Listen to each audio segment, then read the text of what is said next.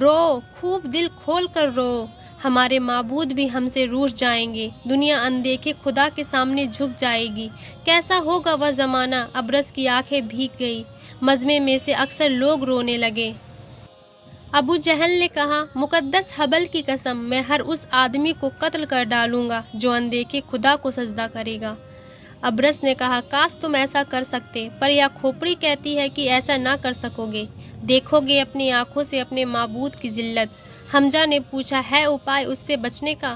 ابرس نے کہا، ہے کیوں نہیں، پہلے تو آپس کے جھگڑے بند کرو، تمام قبیلے ایک ہو جاؤ اور وعدہ کرو کہ خدا کو ماننے والے کی زوردار مخالفت کرو گے، چاہے وہ کوئی بھی ہو، کسی قبیلے کا ہو، اس کو ستانے میں کوتاہی نہ کرو گے اور کوشش کر کے اسے قتل کر ڈالو گے۔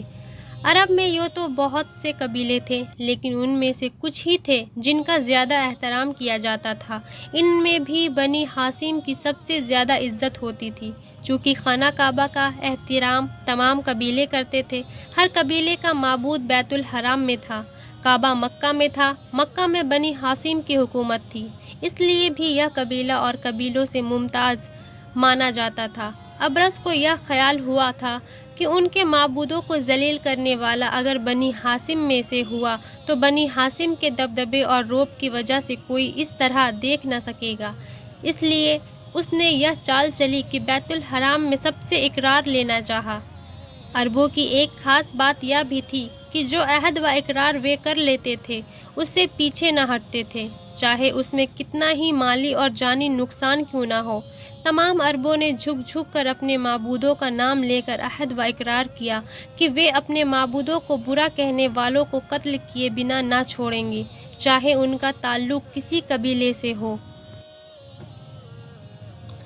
سب کے بعد میں ابو لہب نے کہا، کاہن، تم شاید قبیلہ بنی ہاشم کی اور اشارہ کر رہے ہو۔ میں وعدہ کرتا ہوں کہ اگر ایسا ہمارے قبیلے میں ہوگا تو سب سے پہلے میری تلوار اس کے سر پر چمکے گی۔ پھر ابرس نے بتایا، میرا خیال نہیں بلکہ مجھے کھوپڑی بتا رہی ہے کہ معبودوں کو باطل قرار دینے والا بنی ہاشم میں سے ہوگا۔ صاف لکھا ہوا تھا محمد۔ سب اس نام کو دیکھ کر حیران رہ گئے۔ ناظرین، ویڈیو پسند آئی ہو تو اسے شیئر ضرور کیجیے گا تاکہ ہمارے حضور صلی اللہ علیہ وسلم کی زندگی کیسی تھی اور لوگوں کو بھی معلوم ہو سکے۔ اس سیریز سے جڑنے کے لیے ہمارے چینل کو سبسکرائب کریں اور زیادہ سے زیادہ لائک کریں، میرے حوصلے کو بڑھائیں۔ اللہ حافظ۔